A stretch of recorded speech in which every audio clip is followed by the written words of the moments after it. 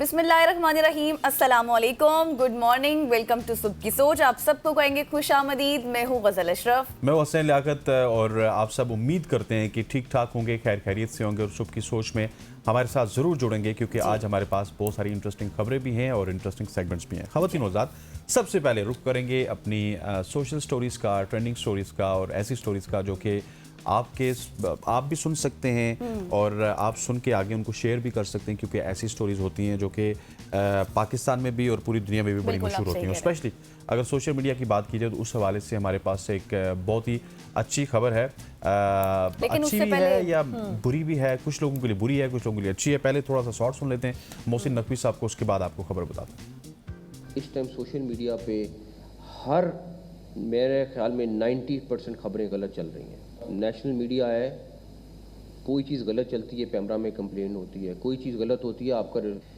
Social media पे इस time पे किसी की तस्वीर लगाएंगे, जो दिल करेगा वो खबर बनाएंगे। इसकी हम किसी तरह इजाज़त नहीं देंगे कि आपका जिसका दिल करे, जिसको आप चाहें, जितनी मर्ज़ी एविडेंस हैं आपके पास, आप बिल्कुल दें, एज ए रिपोर्टर आप स्टोरी दें। लेकिन ये नहीं हो सकता कि सोशल मीडिया पे आप जो मर्ज़ी बोल दें, जिस मर्ज़ी के ख़िलाफ़ जो मर्ज़ी एलिगेशन लगा दें। उसके ऊपर हम मिल बैठकर इंफॉर्मेशन मिनिस्ट्री के साथ NCCIA मैसिव स्केल में क्रैकडाउन करेगा। अब बेड़ा भी उठा लिया और अब सोशल मीडिया को उन्होंने खबरदार कर दिया। सोशल मीडिया पर फेक न्यूज़ फैलाने वालों के खिलाफ अब होगी सख्त कार्रवाई। वफाकी वज़ीर दाखिला, उप चेयरमैन PCB और सेनेटर मोहसिन नकवी साहब ने कहा है कि इजहार राय की आज़ादी का हरगिज़ ये मतलब नहीं है कि झूठी खबरें फैलाई जाएं।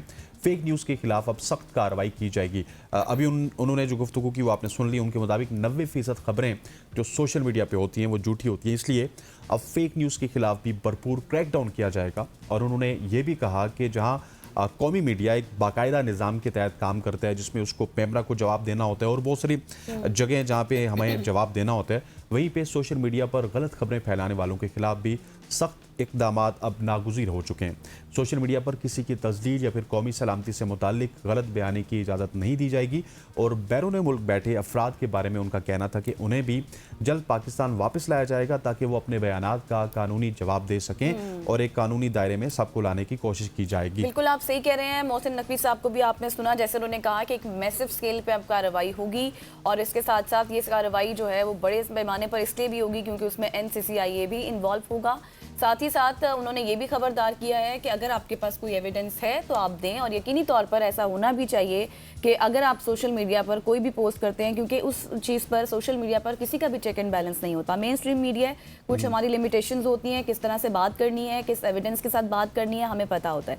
सोशल मीडिया पर हम बहुत ओपनली बात करते हैं, लेकिन शायद वहाँ पर जब लोग ओपनली बात कर रहे होते हैं तो किसी के ऊपर एलिगेशन लगाना आसान हो जाता है, लेकिन साथ आप एविडेंस दे दें तो वो चीज़ भी एक काउंटर हो जाती है, जिस तरह मोहसिन नकवी साहब ने अगर आपने कोई बात करनी है तो उसका एविडेंस आपके पास लाजमी होना चाहिए। आप बात जरूर करें, इजहार राय का आपकी बात का सर पैर होना हाँ, चाहिए। बिल्कुल फाइनली ये एक अच्छी खबर है जो कि हमने शेयर किया है क्योंकि हमने सोशल मीडिया पे देखा है। अच्छा, आजकल AI का जमाना है, आपको ये भी नहीं पता होता कि आप जो वीडियो इवन देख रहे हैं वो ठीक है या नहीं है। सो उसका काउंटर आपके पास होना चाहिए, उसका चेक एंड बैलेंस होना चाहिए। AI की वीडियो कौन सी है और दूसरी वीडियो कौन सी है, ये भी मेरे ख्याल आने वाले दिनों में कोई शायद फॉरेंसिक ऐप होगी जिसमें हम वीडियो डालेंगे और वो हमें बताए कि नहीं ये AI वाली है या ओरिजिनल है। बिल्कुल आप सही कह रहे हैं, क्योंकि अब इस चीज़ को पहचानना भी थोड़ा सा मुश्किल हो गया है कि क्या ये खबर तो हम देख लेते हैं लेकिन पहचानना मुश्किल हो जाता है कि क्या ये रियल है या फेक है।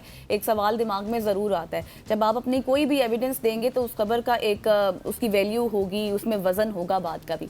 आगे बढ़ते हैं और आपको खबर ये देते हैं कि पाकिस्तान ने इस्लामाबाद से लाहौर मोटरवे पर दुनिया के जदीद तरीन रोड वेदर अलर्ट सिस्टम में से एक के निफाज की तैयारी कर ली है, जिसे वेदर ऑन द वे मंसूबे के तहत मुतारिफ कराया जाएगा।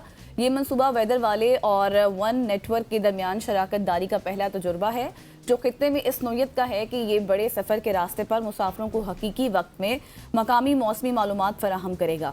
ये जदीद सिस्टम 14 खुदकार मौसमी स्टेशन, 5 फ़ज़ाई मयार के सेंसर्स, 4 विजिबिलिटी सेंसर्स, इसके साथ साथ सैटेलाइट फीड्स और इसके साथ साथ मौसमी पेशगोइयों को मिलाकर काम करता है। डाटा को एक डिसीजन सपोर्ट इंजन के ज़रिए प्रोसेस किया जाता है जो धुंध हो, बारिश, हवा, कम विजिबिलिटी या फिर दीगर मौसमी खतरात की निगरानी करता है। मालूमात बाद में मोबाइल ऐप्स या फिर वेब जितने भी प्लेटफॉर्म्स हैं या फिर जितने भी टोल प्लाजा हैं वहाँ पर नस्ब की जाती हैं स्क्रीन्स, उसके ज़रिए मुसाफिर तक पहुँचाई जाती हैं ताकि वो महफूज और बाखबर फैसले कर सकें। ये इकदाम पाकिस्तान में रोड वेदर इंटेलिजेंस आप ये कहें उनमें से एक अहम संग मील है, जहाँ पहली बार सड़कों के ऑपरेटर्स, पब्लिक एजेंसियाँ और ड्राइवर्स एक ही वक्त में दुरुस्त मौसमी मालूमात तक रसाई हासिल कर सकेंगे। बहुत अच्छा इकदाम है। That is a very good I think initiative from Motorways and One Network, क्योंकि One Network के जो मैनेजर हैं फैसल खान साहब वो भी हमारे साथ मौजूद थे। वो कह रहे थे कि हम इस हवाले से बहुत सारे इनिशिएटिव ले रहे हैं और ये इनिशिएटिव बहुत अच्छा है, क्योंकि हमने देखा है कि पाकिस्तान में कुछ पता नहीं होता, कब स्मोक आ जाए, कब फॉग आ जाए, कब बारिश हो जाए, कब बर्फबारी आ जाए। सो इन तमाम तर चीज़ों को मलहूज़ खातिर रखते हुए इस ऐप का आना या फिर इस तरह के फंक्शंस का आना, बैग पार्डन, इस तरह की टेक्नोलॉजी का आना, ये हमारे लिए, हमारे तमाम तर मुसाफिर भाइयों के लिए जो यहाँ से सफ़र करते हैं पूरे पाकिस्तान में, उन्होंने जाना होता है, किसी ने कराची, किसी ने लाहौर, किसी ने गिलगित तक जाना होता है, उनके लिए बहुत ही अच्छा है, क्योंकि वेदर की अपडेट्स होना, आपको एक ही वक्त में होना, आपके पास होना, आपको बड़ा अच्छा होगा। क्योंकि हमने लेट सपोज यहाँ से ट्रैवल करना है, we want to travel towards Hunza, so हम अगर जब मोटरवे पे जाएंगे तो ये मोटरवे भी जाती है ना, ये मनसेरा तक बशाम तक जाती है, सो वहाँ पे ही हमें अलर्ट मिल जाए कि आगे का मौसम अच्छा नहीं है, तो आप वहाँ से कुछ दिन स्टे कर सकते हैं, एबटाबाद में कर लें, मानसेरा में कर लें, वहाँ पे स्टे कर लें, बालाकोट में कर लें और उसके बाद आगे चले जाएं। सो ये इस वजह से भी सेफ्टी पर्पसेस को भी सामने रखते हुए that is very good news. ख़वातीन हज़रात, आगे बढ़ते हुए मैं भी इसी हवाले से एक खबर देता हूँ कि मुल्क में ई चालान के नफाज ने ट्रैफिक कवानीन की सख्ती तो ज़रूर बढ़ा दी है, मगर इसके साथ साथ शहरियों में खौफ और बेचैनी भी तेज़ी से फैल रही है। अच्छा। रोज़ाना हज़ारों अफराद भारी जुर्मानों का सामना करते हैं, लेकिन अगर सड़कों की हालत देखी जाए तो वो आज भी उसी तरह से टूटी फूटी है और ख़तरनाक हद तक गैर महफूज है। सोशल मीडिया पर वायरल एक वीडियो में एक शहरी को साइकिल पर जाते हुए देखा जा सकता है, जो सिर्फ चालान के खौफ से हेलमेट पहने हुए है, और ये मंजर इस वसी पैमाने के खदशात की अक्कासी करता है कि कवानीन पर सख्ती तो बढ़ गई है, मगर शहरी सहूलियात वहीं की वहीं हैं। और यहाँ सवाल असल में ये जन्म लेता है कि हुकूमत आवाम से भारी जुर्माने ले रही है, लेकिन क्या ये रकम वाकई इंफ्रास्ट्रक्चर पे लग रही है, ट्रैफिक सिस्टम पे लग रही है, या फिर सड़कों की बेहतरी पर खर्च की जाएगी या नहीं। शहरियों का कहना है कि कवानीन पर अमल कराना ज़रूर हुकूमत का हक है, मगर जुर्मानों से हासिल होने वाला पैसा आवाम की सहूलत पर भी लगना चाहिए। आप टैक्स अगर वसूल रहे हैं, आप चालान कर रहे हैं, आप जुर्माने कर रहे हैं, तो क्या वो आवाम की फलाह बहबूद के ऊपर आप खर्च कर रहे हैं या नहीं? That is the big question. और आने वाले दिनों में अगर आप इसी रफ्तार के साथ जुर्माने करते रहे तो ये क्वेश्चन और ज़्यादा राइज होगा। बिल्कुल आप सही कह रहे हैं, क्योंकि आप कराची की सड़कों का हाल देखें, इस्लामाबाद तो फिर कुछ हद तक बेहतर है, आप ये कह सकते हैं, लेकिन इस तरह से हेलमेट साइकिल के ऊपर पहनकर जाना तो ये बहुत सारे सवालात को जन्म देता है, सिर्फ एक सवाल नहीं। और यकीनी तौर पर इस वीडियो को देखकर आपको भी बहुत सारे सवालात माइंड में आ रहे होंगे, और जो अरबाब इख्तियार इस वीडियो को देखेंगे या फिर हमारी स्टोरी को देखेंगे, हमें उम्मीद है कि वो इस पर मज़ीद इनिशिएटिव भी लेंगे, सड़कों की फलाह बहबूद के लिए काम करेंगे, उनको मेनटेन करेंगे ताकि लोगों को मुश्किलात का सामना ना हो, क्योंकि कराची में एक बहुत बड़ा वाक़या हुआ है जिसको आगे चलकर हम डिस्कस भी करेंगे। आपको बताते हैं जी खबर अब आगे बढ़कर पंजाब से, जहां पर पंजाब में 90 से ज़ायद भारतीय ख़वातीन ने पाकिस्तानियों से शादी के बाद पाकिस्तानी शहरियत के लिए दरख्वास्तें जमा करा दी, जबकि कई ने अपने वीज़े की मुद्दत में तौसी की भी दरख्वास्त दे दी है। रिपोर्ट के मुताबिक आला हुकाम ने बताया कि ये ख़वातीन कानूनी तौर पर अपने पाकिस्तानी शोहरों से शादीशुदा हैं और पंजाब के मुख्तलिफ अजला में मुकीम हैं। उन्होंने पाकिस्तानी हुकाम से राबिता करके अपनी कानूनी हैसियत के लिए दरख्वास्तें दी हैं। उनमें कुछ दरख्वास्तें शहरियत के लिए और कुछ वीज़े की मुद्दत में तौसी के लिए हैं। हुकाम ने वजाहत की है कि पाकिस्तानी कानून के मुताबिक किसी भारतीय खातून को जो पाकिस्तानी शहरी से शादीशुदा हो, पाकिस्तान में कम अज़ कम 5 साल तक वो रिहाइश मुकम्मल करने के बाद शहरियत के लिए दरख्वास्त देने का हक हासिल कर सकती है। शादी की रजिस्ट्रेशन ज़रूरी है और दरख्वास्त के साथ फॉर्म ए, शादी का सर्टिफिकेट, शोहर के कौमी शनाख्ती कार्ड, दस्तावेज़ात की कॉपीज़ और पाकिस्तान में रिहाइश का काबिल तस्दीक सबूत जमा करवाना भी लाजमी होता है। शहरियत की दरख्वास्तें मुख्तलिफ मराकज़ के ज़रिए जमा करवाई जा सकती हैं, जिसमें इस्लामाबाद में वज़ारत दाखिला का हेड क्वार्टर शामिल है, सूबाई होम डिपार्टमेंट्स हैं, फिर इस तरह लाहौर, कराची, पेशावर और कोयटा में रीजनल पासपोर्ट दफातर शामिल हैं। पंजाब के होम डिपार्टमेंट के हुकाम ने इस चीज़ की भी तस्दीक की है कि सूबाई हुकूमत ने विफाकी हिदायत के मुताबिक उन भारतीय ख़वातीन के वीज़ों में तौसी की है ताकि वो कानूनी तौर पर पाकिस्तान में मुकीम रह सकें, जबकि जो उनकी जो शहरियत है उसकी दरख्वास्तें वज़ारत दाखिला के जो ज़ेर जायज़ा हैं उसमें होंगी। ये भारतीय ख़वातीन पाकिस्तानी शहरियों से शादी के बाद स्पाउसल वीज़े पर पाकिस्तान में दाखिल हुई थी और बेशतर ने मुल्क में कई साल अभी तक मुकम्मल कर लिए हैं और उनकी दरख्वास्तें मुख्तलिफ मराहिल में ज़ेर गौर हैं। That is a very good news उन लोगों के लिए जिन्होंने भारत से पाकिस्तान में आके शादी की और अभी तक वो मतलब कानूनी हैसियत नहीं रखी और पाकिस्तानी हुक्काम की पॉजिटिविटी भी आप चेक कीजिए कि पहले तो वो यहाँ पे स्पाउस वीज़े पे रह रहे थे, लेकिन अब उनको अगर वो 5 साल मुकम्मल करते हैं तो उनको पाकिस्तान की शहरियत भी दी जा सकती है और पाकिस्तान का पासपोर्ट भी दिया जा सकती है। इसका मेरा ख्याल है कुछ मरहले होंगे। पहले जिस तरह आप एकदम से स्पाउस वीज़े पे आए थे, स्पाउस वीज़े से आप टेम्परेरी रेजिडेंस होगी जिस तरह पूरी दुनिया में होती है, फिर परमानेंट रेजिडेंस होगी, उसके बाद आपका पासपोर्ट होगा। इस तरह के मसले मसाइल मराइल आपके साथ होंगे, लेकिन that is a very positive news जो कि गज़ल ने आपको दी है। और अब जो भी लोग हमें सुन रहे हैं, बहुत सारे लोग ऐसे होंगे जो इन यहाँ इस क्या कहते हो स्पेम ऑफ टाइम से गुजर रहे होंगे कि जिनके अभी वीज़ा प्रोसेस होने हैं या फिर नेशनलिटी मिलनी है, तो उनके लिए बड़ी अच्छी खबर है। ख़वातीन वज़ात आगे बढ़ते हैं और आगे बढ़ते हुए एक बहुत ही इस्लामी और तारीखी खबर है जो कि मैंने आपको देनी है। लंदन के तारीखी ब्रिटिश म्यूज़ियम के इस्लामिक वर्ल्ड गैलरी में शेखुल इस्लाम डॉक्टर मोहम्मद तारुल कादरी के उर्दू का जो तर्जुमा है इरफानुल कुरान, उसका अंग्रेज़ी वर्जन द ग्लोरियस कुरान को उसमें शामिल कर लिया गया। म्यूज़ियम की इस्लामिक कलेक्शन में 8वीं सदी के नायाब कुरानी नुस्खे, उस्मानी और फ़ारसी खत्ताती, फ़िक़ही इसके मतन, फ़लसफ़ा और साइंस की कुतुब और मुख्तलिफ़ ख़तों से आम मकतूबात मौजूद हैं। इन्हीं आसार की नुमाइश में एक मुअस्सिर इल्मी काविश के तौर पर शेखुल इस्लाम डॉक्टर मोहम्मद तारुल कादरी का अंग्रेज़ी तर्जुमा कुरान को भी यहाँ पे रखा गया है, जो सदियों पर मुहित कुरानी इल्म व तहक़ीक़ के तसलसल की नुमाइंदगी करता है और कदीम मखतूतात के दरमियान इस जदीद तर्जुमे की नुमाइश दौर जदीद में कुरानी उलूम की पेशरफ्त को उजागर करती है। याद रहे कि 1753 से कायम इस म्यूज़ियम का शुमार तारीख़ फ़नून लतीफ़ा और सकाफ़त की अजीम तरीन आलमी मराकज़ में होता है। बिल्कुल आप सही कह रहे हैं, ये बहुत पॉजिटिव और अच्छी न्यूज़ है क्योंकि एक अब इंग्लिश के साथ ट्रांसलेशन का तर्जमा जिस तरह से पहले भी बहुत से तर्जमे वहाँ पर मौजूद हैं, नुस्खे वहाँ पर मौजूद हैं, लेकिन अब इंग्लिश के साथ ट्रांसलेशन की हुई किताब का वहाँ पर होना एक बहुत बड़ी बात होती है। इससे ये चीज़ भी वाज़ेह होती है कि एक तो लंदन में है ये ब्रिटिश म्यूज़ियम और साथ ही साथ इसमें ये भी है कि जब लोग इसको देखेंगे पढ़ेंगे तो सिर्फ उनकी नज़र उस चीज़ पर नहीं जाएगी कि सिर्फ पुराने दौर के ही वहाँ पर नुस्खे पड़े हुए हैं, बल्कि उसको जदीद तरीके से भी अब पेश किया गया है। इसमें ये होगा कि जो जितने भी मुस्लिम स्कॉलर्स हैं उसको एक मॉडर्न वे में लोगों के लिए वहाँ पर रखते हैं, पेश करते हैं ताकि लोग आएँ और लोग उसको पढ़ें। तो ये बहुत अच्छी खबर है जो हमने आपके साथ शेयर किया है। आगे बढ़ते हैं जी, आपको खबर देते हैं जनूबी और जनूब मशरकी एशिया में तबाहकुन सैलाब और लैंडस्लाइडिंग की तबाहकारियाँ जारी हैं। खबर एजेंसी के मुताबिक इंडोनेशिया, मलेशिया, थाईलैंड और श्रीलंका में हलाकों की तादाद 1000 से तजावुज़ कर गई है। लैंडस्लाइडिंग और दीगर हादसात में सैकड़ों अफराद लापता हो चुके हैं और इंडोनेशिया में हलाकतें बढ़कर 604 हो गई हैं और 464 अफराद लापता हैं। इस वक्त श्रीलंका की बात की जाए तो वहाँ पर 335 अफराद हलाक और 400 से ज़ायद लापता हैं। इसी तरह श्रीलंका में 1,80,000 से ज़्यादा शहरी बेघर भी हो चुके हैं। इसी तरह थाईलैंड की बात की जाए, उसके जनूबी हिस्से में सैलाब से 176 अफराद हलाक हो चुके हैं। फिर मलेशिया की रियासत में भी इसी तरह से कम 16 अफराद के मरने की तस्दीक हुई है। मूसलाधार बारिश के बाद लैंडस्लाइडिंग से हज़ारों घर मलबे के ढेर बन गए और सैलाब और बारिशों की वजह से 40 लाख अफराद मुतासिर हुए।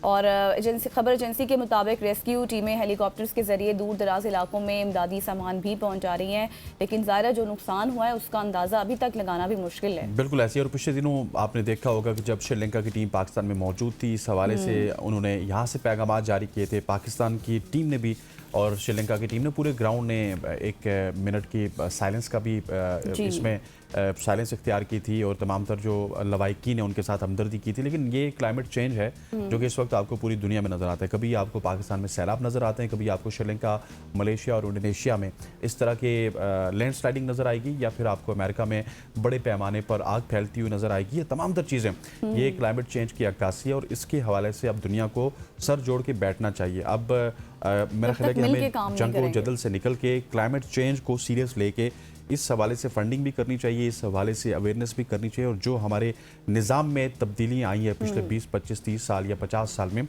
उसको दुरुस्त करना चाहिए ताकि जो कायनात का निज़ाम है वो उसी कुदरत के निज़ाम के तहत चले जो कि कुदरत ने उसके लिए बनाया था। ख़वातीन वज़ात आगे बढ़ते हैं और आगे बढ़ते हुए एक ज़बरदस्ती खबर है जो कि हमने आपके साथ शेयर करनी है। चीन में एक रोबोट ने 66 मील तकरीबन 106.3 किलोमीटर पैदल चलकर नया आलमी रिकॉर्ड कायम कर लिया। रोबोट का नाम एगीबॉट A2 जो इंसानी जिसामत रखता था, इसने चीनी शहर सोजो से चलना शुरू किया और सुबह शंघाई पहुंचा। ये सफ़र 3 दिनों पर मुहित था और रोबोट ने बैटरियां बदलने के बावजूद चलना ना रोका, क्योंकि ये लॉन्ग स्टैंड पैदल चलने का टेस्ट था। इस ट्रैक के बाद इसे Guinness book of world record में तवील सफ़र पैदल चलने वाला रोबोट के उन्वान से आलमी एजाज़ से नवाजा गया। इस वाक़े से साबित होता है कि मौजूदा दौर के ह्यूमनॉइड रोबोट लेबॉर्ट्री प्रोटोटाइप से आगे निकल चुके हैं, हत्ता के शहरी सड़कें मुख्तलिफ फर्श ट्रैफिक दिन रात के फ़र्क में अपना रास्ता खुद नाप सकते हैं। इस टेस्ट के ज़रिए रोबोटिक्स के शोबे में इस्तेहकाम, खुद मुख्तारी और बर्दाश्त की सलाहियतों का मुजाहरा होगा, जो मुस्तकबिल में रोबोट साइंस के लिए अमली तौर पर मुफीद साबित हो सकते हैं। बिल्कुल आप सही कह रहे हैं। ये रोबोट है, ज़ाहिर है ये जदीद तरीन रोबोट है, और जिस तरह से उसने एक शहर से सफ़र किया, फिर वो शंघाई पहुंचा, और तकरीबन आपने बताया ये 106 किलोमीटर का सफ़र है जो उसने तय किया है। ज़ाहिर है उसमें अब इतना सा बैलेंस सिस्टम होगा उसकी क्वालिटीज़ में, फिर उसको एडवांस सेंसर्स भी होंगे।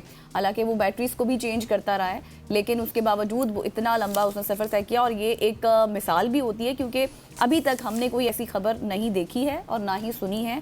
तो ये एक हिस्ट्री में भी एक, जिस तरह से आपने बताया कि उसको एक बेंचमार्क है, आप ये कह सकते हैं। आगे ये हमारी सोशल स्टोरीज थी, यकीनी तौर पर आपको पसंद आई होंगी। कुछ इसमें सीखने को भी था, समझने को भी था, अमल करने को भी था। यहाँ पर लेंगे हम एक शॉर्ट सी ब्रेक, वापस आएंगे, स्टे विद अस।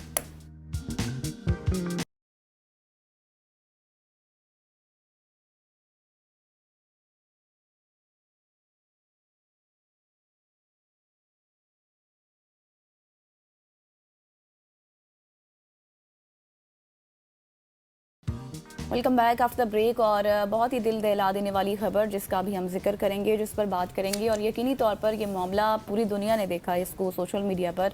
मैं बात कर रही हूँ कराची में खुला मेन हॉल एक और ज़िंदगी निकल गया है। नीपा चौरंगी के करीब खुले मेन हॉल में गिरकर जाँ बहक होने वाले 3 साला इब्राहिम की नमाज जनाजा अदा कर दी गई। कमसन इब्राहिम वालिदैन की इकलौती औलाद था और सानिहा इतवार की रात 11 बजे के करीब पेश आया, जिसके बाद रेस्क्यू एहलकारों ने बच्चे की तलाश शुरू की, ताहम वो नाकाम रहे। और उसी दौरान शहरियों की जानिब से इंतजामिया की गफलत और रेस्क्यू के अमल में ताखीर पर शदीद एहतजाज भी किया गया, जिसके बाद पीर के रोज़ रेस्क्यूदारों ने दावा किया था कि उन्होंने 15 घंटे तलाश के बाद लाश को निकाला और कामयाबी से उसकी बच्चे की लाश हासिल कर ली और मुतवफ़ी के दादा के हवाले की। रेस्क्यू इदारों के मुताबिक बच्चे की लाश जाए वकुआ से निफ्स किलोमीटर के फासले से मिली, और इसी पर आज हम बात करेंगे कि वो कौन सी ऐसी कोताहियाँ हैं, क्योंकि हमने हमेशा से देखा सुना कराची में इतने बड़े बड़े तरक्याती मंसूबों के हवाले से दावे किए जाते हैं, वादे किए जाते हैं, लेकिन एक खुला मेन होल जिसमें ये कोई एक वाकया नहीं है कि हम कहें कि चले उस बच्चे की जान चली गई, उसकी बैड लक थी, ये हो गया। ये ऐसे कई वाकयात हैं जो हो चुके हैं। बिल्कुल, तो ये एक कराची में होते रहते हैं। बिल्कुल आप सही कह रहे हैं। इसी हवाले से बात करने के लिए हमारे साथ बिलाल अली हमारे कॉरेस्पॉन्डेंट मौजूद हैं। Bilal, thank you so much for joining अस। सबसे पहले ये बताइएगा कि हम बहुत सारी बातें सुन रहे हैं, इसकी गफलत है, इस इदारे की गफलत है, एक्चुअल में वहाँ पे हुआ क्या है और क्या कुछ आपकी रिपोर्ट्स कह रही हैं कि किसकी गफलत की वजह से ये तमाम तर वाकया पेश आया? सबसे पहले मैं आपको ये बताऊं कि कराची में ये पहला वाकया नहीं है। यहाँ पे कराची में आए रोज जो है हर 15 दिन बाद, हर 1 महीने बाद, हर 2 महीने बाद कोई गटर बच्चा निकल जाता है। यहाँ पर शहरी हुकूमत जो है वो कोई सामने नहीं आती, कोई पूछने वाला नहीं है। यहाँ पर ये 3 साल इब्राहिम है, ये भी अपनी मौत से हाथ धो बैठा। इतवार की शब 10:30 बजे का वाकया है। वो अपने फैमिली के साथ आता है एक शॉपिंग सेंटर, वहाँ पे कुछ थोड़ी देर किलोमीटर दूर उसकी गाड़ी खड़ी होती है, वो हाथ छुड़ा के जाता है और गटर में गिर जाता है। उसके बाद उसकी फैमिली जो है 15,000 रुपये भी देती है, प्राइवेट मशीनरी भी मंगाती है, मशीनरी आती है। 12 घंटे गुजरने के बावजूद सरकारी मशीनरी आती है। वाटर एंड सीवरेज बोर्ड ये कहता है कि हमारी लाइन नहीं है, केएमसी कहता है कि हमारी लाइन नहीं है। डीसी साहब को पता ही नहीं होता है वो किसकी लाइन है। डीसी साहब सुबह 10:30 बजे आते हैं और वो कहते हैं कि वाटर एंड सीवरेज बोर्ड से हम राब्ता कर रहे हैं, केएमसी से राब्ता कर रहे हैं। फैमिली मेयर साहब से राब्ता करने की कोशिश करती है, मेयर साहब सो रहे होते हैं। मेयर साहब अगली सुबह जो है वहाँ पे किसी और चीज की इस्तदा कर रहे होते हैं। यहाँ पे कराची में कोई पूछने वाले नहीं है। जो पुलिस है वो खामोश तमाशाई बने रहती है। 14 घंटे गुजरने के बाद सरकारी मशीनरी आती है, उसके बाद भी कोई पुरसाने हाल नहीं होता। थोड़ी 1 किलोमीटर दूर जाने के बाद केएमसी स्पोर्ट्स कॉम्प्लेक्स के बाद एक कचरा चुनने वाला वो बॉडी, वो नन्ना इब्राहिम के लाशा निकालता है और वो लेके आता है, तो पुलिस जो है उससे छीनता है और अपने नंबर गेम सामने लाने के लिए लेकिन अपने बिलाल हाथ में यहाँ पर लेता है। सवाल तो ये है कि जिस तरह आपने भी शुरू में जिक्र किया, मैंने भी अपनी इब्तिदा में बात की कि ये कोई पहला वाकया नहीं है, इससे पहले मुतादिद वाकयात हो चुके हैं जो रिपोर्ट भी हुए हैं। शायद कोई ऐसे वाकयात हैं जो हमारी नज़र से भी ना गुजरे हों। इतना मामूली सा काम मेन होल के ऊपर ढक्कन देना, वो क्यों इतना मुश्किल महसूस हो रहा है? ये तो पूरे एक निज़ाम की आप ये कहें कि नाकामी का आईना है। इतनी बदतरीन गफलत है जो जिस महकमे की जिम्मेदारी है उसको क्यों हमेशा बचाया जाता है?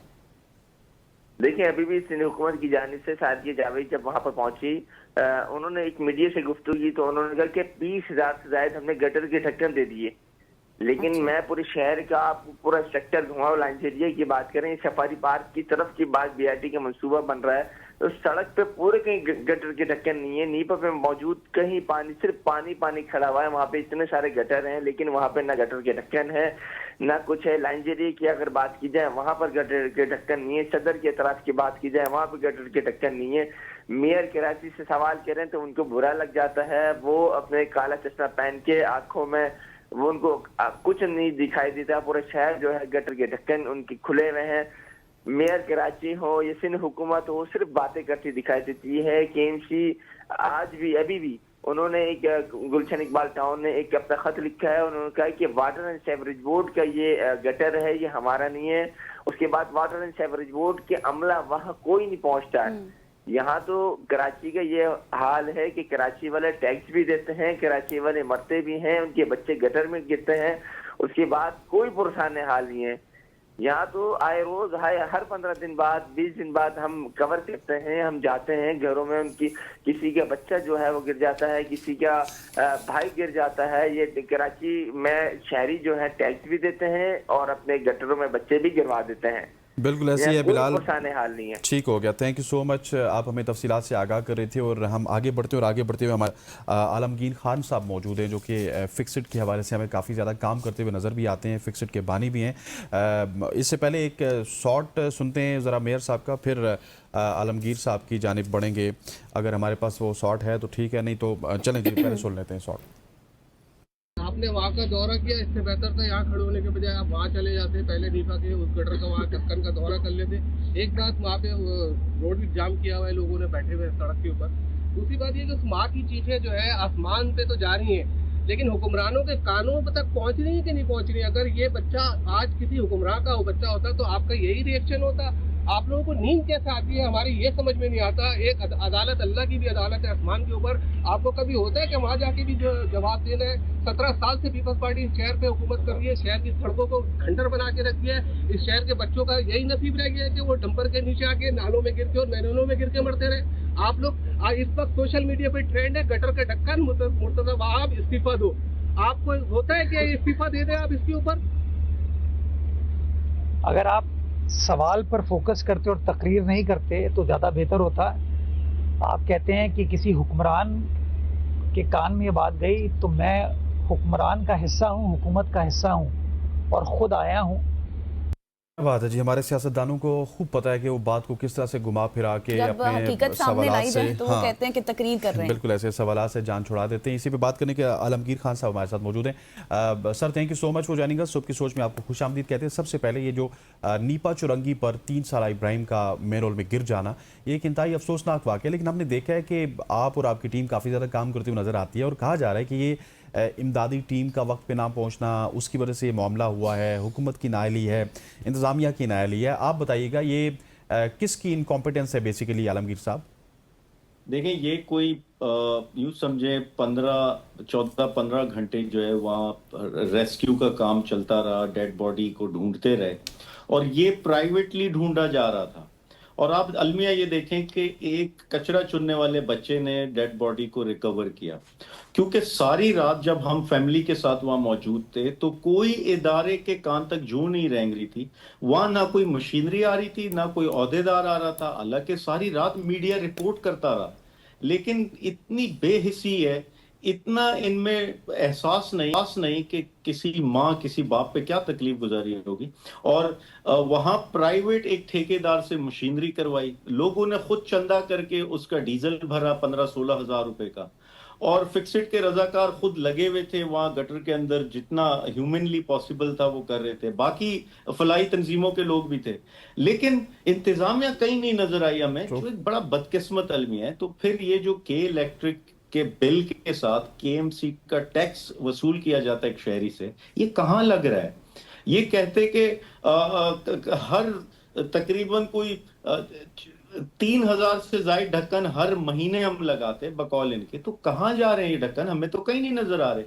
तो असल बात ये है कि जब इनसे सवाल हो तो ये कहते ये हमारी डोमेन नहीं, जब रेवेन्यू कलेक्शन की बात आती तो कहते ये हमारा ही इख्तियार है, हमारी जुरिस्डिक्शन, हमारा डोमेन है। तो और मेयर कराची इसके जिम्मेदार हैं, Karachi water and sewerage board के चेयरमैन भी वही हैं।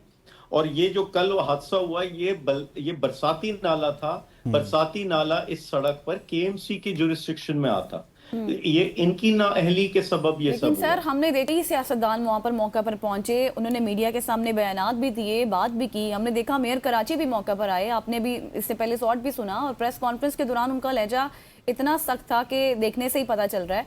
इतने बड़े साने के बाद इस तरह का रवैया इख्तियार करना आपके ख्याल में दुरुस्त है? वो जो माँ की चीखें थी, बच्चे का चले जाना, अब वो क्या सिर्फ एक रिपोर्ट, कमीशन या फिर ताज़ीती बयान जो होते हैं उधर तक ही इनफ रहेगा?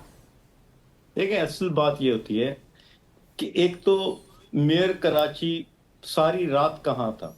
अच्छा चलें, मेयर कराची को थोड़ी देर के लिए छोड़ दें, एक इंसान है, शख्स है, सिस्टम कहाँ था? इसको कोई 26 महीने हो चुके हैं और इससे पहले ये एडमिनिस्ट्रेटर कराची में था। फॉर्म 47 पे ही सही, चोरी शुदा मैंडेट पे ही सही, लेकिन अब तो बैठा है ना, तो सिस्टम, इदारा, मशीनरी, अमला कहाँ था सारी रात? इससे आप अंदाजा लगाएं कि एक शहरी की रसाई नहीं, सुनवाई नहीं इस शहर में। और ये मीडिया सारी रात रिपोर्ट करता रहा। यहाँ मीडिया किसी इशू पर बात करता तो कैसे इदारों में हरकत और फुर्ती आ जाती, लेकिन यहाँ बेहिस्सी का आलम यह है कि कोई फर्क ही नहीं पड़ता। सुबह उठ के मुंह धो के वो आ गया, कह रहा है कि हम लगे हुए हैं वगैरह। भाई, रैपिड रिस्पांस यूनिट कहाँ था? वहां रेस्क्यू 1112 के एहलकार खड़े थे, उनके पास कोई इक्विपमेंट ही नहीं, कोई मशीनरी नहीं, वो बेयारो मददगार खड़े, वो कह रहे हैं ये हमारे बस में ही नहीं है। क्यों इक्विप नहीं किया जाता इन मसाइल के लिए? और सबसे अहम ये देखें, बात करते हैं सॉल्यूशंस पे, कि अगर गटर का ढक्कन वहां नहीं है तो क्यों नहीं है?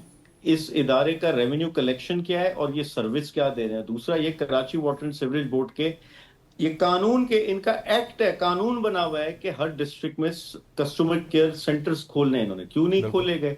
गटर का ढक्कन सीमेंट और सरिये के अलावा लकड़ी का भी बन सकता, फाइबर का भी बन सकता, दूसरे और ऑल्टरनेट मौजूद हैं जिससे आप बनाकर इसकी चोरी को रोक सकते। और अगर चोरी भी होते तो पुलिस तो आपकी है, सेफ सिटी प्रोजेक्ट आपका है, सीसीटीवी कैमरास आपके हैं। क्यों चोर बाजार में ये सरिया जहां चोरी होता उन लोगों को नहीं पकड़ा जाता, उन हीरोइन की मंशात फरोश को नहीं पकड़ा जाता? ये सब वो सवालात हैं आज एक शहरी करता।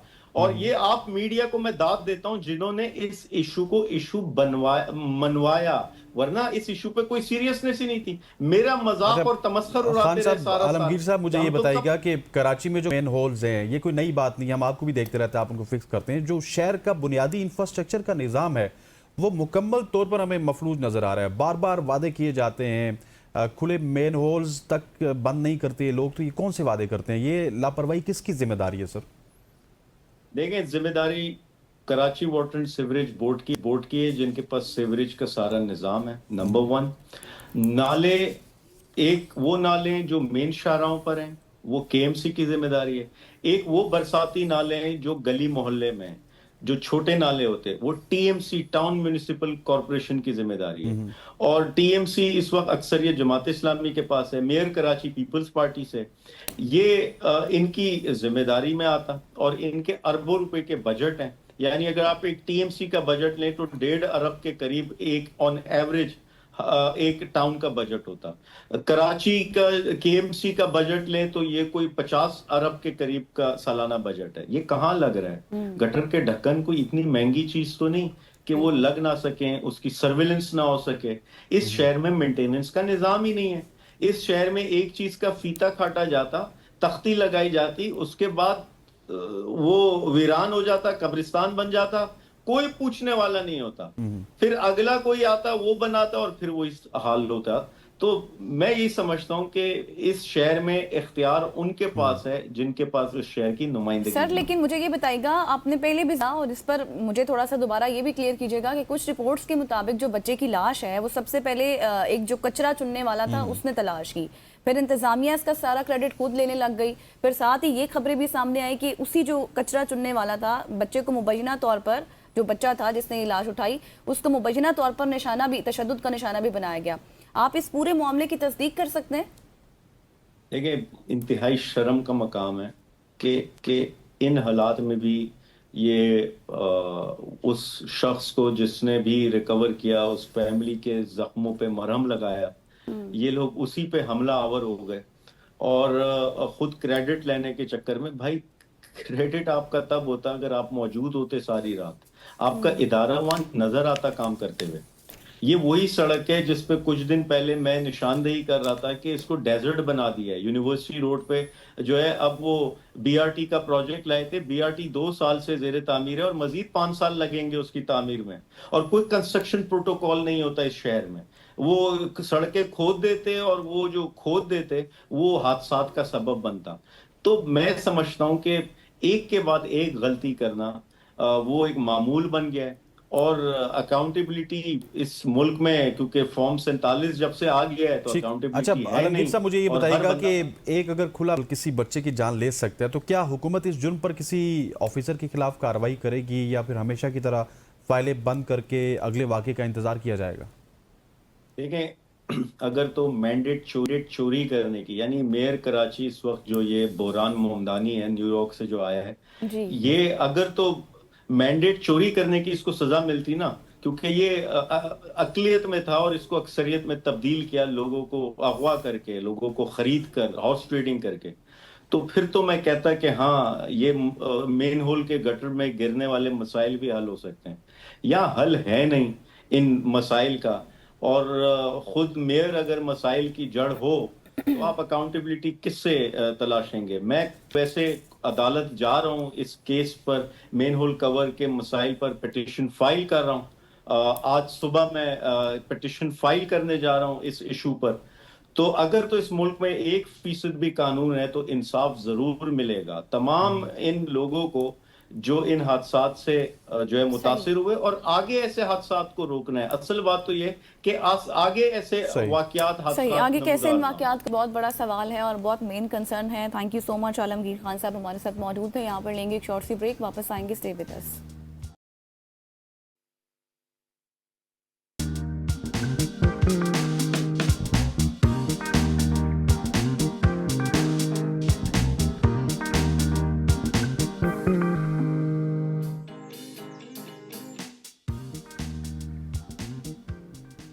वेलकम बैक ख़वातीन व हज़रात। अब नीपा चुरंगी के वाक़े के हवाले से हम मज़ीद बात को आगे बढ़ाएंगे और हमें ज्वाइन करेंगी पाकिस्तान पीपल्स पार्टी से, क्योंकि हुकूमती मौक़िफ़ भी लेना बड़ा लाजमी है। और शैला रज़ा साहिबा हमें ज्वाइन करेंगी। और शैला साहिबा, आपका बहुत बहुत शुक्रिया, thank you so much for joining अस। शैला साहिबा, सबसे पहले तो मुझे यही बताइएगा, इससे पहले आलमगीर खान साहब हमारे साथ मौजूद थे, उनसे भी हमने इसी वाक़े से मुतालिक बात की। यकीनी तौर पर ये बहुत अफसोसनाक वाक़या है।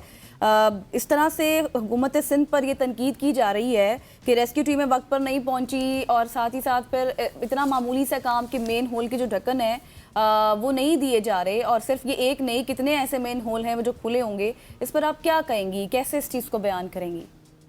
अच्छा, सबसे पहले तो आपका शुक्रिया। देखिए, मैं इस तकलीफ को बहुत अच्छी तरह समझती हूँ। मेरे दोनों बच्चे, 13 साल की मेरी बेटी, 11 साल का मेरा बेटा, एक ही दिन में, एक के तीसरे दिन खुले नाले में हमारी गाड़ी गिर गई थी। और उसके बाद से मेरी कितनी सर्जरी हुई इसी से रिलेटेड, कभी शोल्डर की, कभी हंसलियों की, कभी बैक की, और दोनों बच्चे जाबर ना हो सके, और एक ही दिन में यह हादसा हुआ। उन दोनों की तकलीफ नहीं थे। अब जाहिर है कि ये एक और हादसा है। और अब देखिए, लोकल गवर्नमेंट का बड़ा वाज़ेह निज़ाम है और मुख्तलिफ टाउन्स, मुख्तलिफ पॉलिटिकल पार्टीज के पास हैं, कोई पॉलिटिकल पार्टी जो है वो नहीं कह सकती कि उसके पास फंड्स नहीं है। अभी अगर जो है वाटर बोर्ड काम कर रहा है, उसके फंड हैं। गैस लाइन जो है वो गैस लाइन अगर डल रही हैं, उनके जी फंड्स हैं। तो ये बहुत सारे ऐसे फंड्स हैं, अपना टैक्स खुद कलेक्ट कर रहे हैं। तो अब ये यकीनन अकाउंटेबिलिटी की बात। मैं कहती हूँ कि जो मेयर साहब ने कहा है कि इसको अकाउंटेबल करेंगे, कौन इसका जिम्मेदार है, और बिल्कुल उस पर जिम्मेदारी डालनी चाहिए कि टाउन्स में बर वक्त जो है वो, एक तो ये कि 3 साल का बच्चा है, ओपन ड्रेन है, 3 से 4 मिनट के बाद बच्चे की डेथ शुरू हो गई है, 10 मिनट बाद, 15-20 मिनट बाद। फिर वो जाहिर है कि 3 साल के बच्चे का वजन कितना होता है, और प्रेशर में था उसको, जी मैंने सुना है कि 1.25 किलोमीटर के बाद जाके मिला। तो ये मतलब कोई भी साहिब औलाद जो है वो इसको बहुत तकलीफ से बात कर रहा है, और मैं भी बहुत तकलीफ से बात कर रही हूँ। और लेकिन अकाउंटेबल होना चाहिए, क्योंकि जब मेरे बच्चे का हुआ तो 2005 में, तो उस वक्त जो है वो जज में भी इतनी ताकत नहीं थी कि वो बुलाए कि एक साथ पूरा शहर क्यों घेर दिया गया। ईद का तीसरा दिन था, नाले के चारों तरफ टैंक क्यों नहीं थे। वो कभी ना बुला सकी जिम्मेदारों को, ना उनको बुलाती, इलाके के लोगों को बुलाती, कराची के लोगों को जो जिनके पास छः थे सड़क बनाने की करते। लेकिन आज ऐसा नहीं है, आज अदालतें अंडर कंट्रोल नहीं है। आज मैंने खुद आके ये कहा है कि मैं अकाउंटेबिलिटी करूंगा, तो मैं समझती हूँ बिल्कुल सही। अच्छा शैला अकाउंटेबिलिटी रज़ा साहब, आपने तो अपने वाक़े की जिक्र किया, लेकिन हमने देखा है कि मेयर कराची भी कल मौके पे पहुंचे, उनका हमने एक शॉट भी चलाया। प्रेस कॉन्फ्रेंस के दौरान उनका जो लहजा था वो काफ़ी सख्त नज़र आया। इतने बड़े साने के बाद इस तरह का रवैया इख्तियार करना क्या आपके ख्याल में दुरुस्त है? हर मौका जो होता है ना वो सियासत का नहीं है। जी और हकीकत में आपको ये बताऊं कि अगर मुझे मालूम है कि हम इससे टॉपिक करेंगे, मैं नहीं बैठती इस टॉपिक में, लेकिन मैं इतनी ताकत ही नहीं है कि मैं इस सीन को रिपीट होते हुए देखूं। तो मेरे साहब को इसीलिए गुस्सा आया कि हर मौका सियासत का नहीं होता, क्योंकि हम कुछ भी कर लें ये जान वापस नहीं आ सकती। बिल्कुल लेकिन हमें इतना संजीदा होकर काम करना पड़ेगा कि फिर ऐसी जानों का ज़िया ना हो। एक मासूम की जान गई है तो यकीनन बहुत सारे लोगों की इसमें अल्लाह वो रास्ता खोलेगा कि जान ना जाए। तो वहाँ पे अगर सियासत शुरू हो जाए तो गलत बात है। सबको मालूम है अपने अपने इलाकों में हमने किसको वोट दिए हैं, कौन उनके वोटों से जीता है, कौन नहीं। बिल्कुल आप सही कह रही हैं। अच्छा मैडम, मुझे ये कराची में अब जो ये वाकयात है ना, हम देख रहे हैं कि मामूल बन चुके हैं। जितने भी ये लोग बल्कि कहते हैं कि शहर का जो इंफ्रास्ट्रक्चर है मुकम्मल तौर पर फेल हो चुका है। क्योंकि बात है ना कि अगर हम कहें, वहाँ के लोग ये बार बार कह रहे हैं, और फिर जो बार बार वादे होते हैं उनके बावजूद मेन होल्स को कवर नहीं लगाए जाते। सिंध हुकूमत आने वाले दिनों में होल्स और जो नाले हैं या फिर जो सड़कों की मरम्मत है उसके लिए कोई अमली टाइम लाइन या फिर कोई इस तरह का प्लान दे सकती है, आपको लगता है? क्योंकि ये तो अरसे दराज से ऐसे चला आ रहा है। बिल्कुल, पाकिस्तान पीपल्स पार्टी ने वर्ल्ड बैंक और एशियन बैंक से जो अमेरिकन डॉलर्स में मुआहदे किए हैं, उसमें जो रोड्स हैं उनके साथ साथ वाटर एंड सेवरेज के सारे काम भी हैं। और उस पे लेकिन इतना बड़ा कराची है और इस तरह से वो तीतर बटेर हो जाता है कि इसमें बहुत टाइम तो इसलिए भी लगता है कि जाहिर है कि वो फंड्स के हिसाब से गवर्नमेंट भी अपने पास से पैसा लगाती है, और सबसे ज़्यादा फंड कराची के ही लिए रखता है।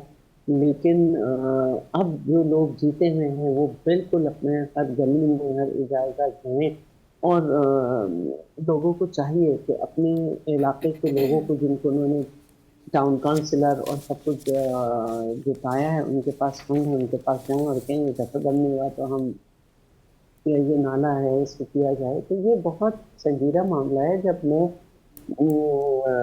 डिस्ट्रिक्ट सेंट्रल की मुझे 2 दफ़ा जिम्मेदारी दी गई बारिश से पहले, तो मैं वहाँ के मेयर डिप्टी कमिश्नर के साथ फिर रही थी। तो जहाँ पे नाज़िमाबाद की तरफ से जो नाले आते हैं डी ब्लॉक वगैरह की तरफ से, तो मैंने वहाँ उनसे कहा कि देखिए इसका नाले के ऊपर जो छत बनाई गई है वो मुझे खस्ता लग गई। मैंने कहा जी हाँ बहुत खस्ता है। मैंने कहा उसके दोनों तरफ बैनर लगाए कम से कम कि बारिश में इसके ऊपर या बारिश के बाद ना चले। तो ये चीजें हैं और एसी के साथ बिल्कुल। मिलकर अच्छा टाउन मैम, काउंसिलर लास्टली मुझे बताइएगा कि हमने देखा अब हो या फिर केपीके हो या इस्लामाबाद हो, यहाँ पे भी कोई भी ऐसा वाकया होता है तो हम ऑफिसर्स के खिलाफ कार्रवाई होते हुए देखते हैं, महकमे के खिलाफ कार्रवाई होते हुए देखते हैं, जो लोग जिम्मेदार होते हैं वो हमें कानून के कटहरे में कम से कम नजर आते हैं। सो इस वाकये के बाद क्या सिंध हुकूमत किसी ऑफिसर के खिलाफ कोई सख्त कार्रवाई अमल में लाएगी? करनी चाहिए और होनी चाहिए, करनी चाहिए, होनी चाहिए। करेंगे, हम खुद भी अकाउंटेबिलिटी करेंगे अपने लोगों से कि किसका कसूर है, कौन टाउन काउंसिलर है, किसने इधर पैसा नहीं लगाया, कितना पैसा था।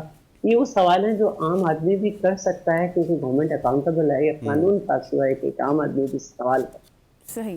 Thank you so much. एला रजा साहिबा हमारे साथ मौजूद थी और जो ये वाकया हुआ यकीनी तौर पर इस पर हर आंख ही गम है, हर दिल ही अफसरदा है और यकीनी तौर पर हम उम्मीद भी करते हैं कि अब आने वाले दिनों में, आने वाले अरसे में इस तरह जितने भी मेन होल्स हैं उनको एटलीस्ट कवर किया जाए ताकि इस तरह के वाकयात ना हो। यहाँ पर लेंगे ब्रेक, वापस आएंगे, स्टे विद अस।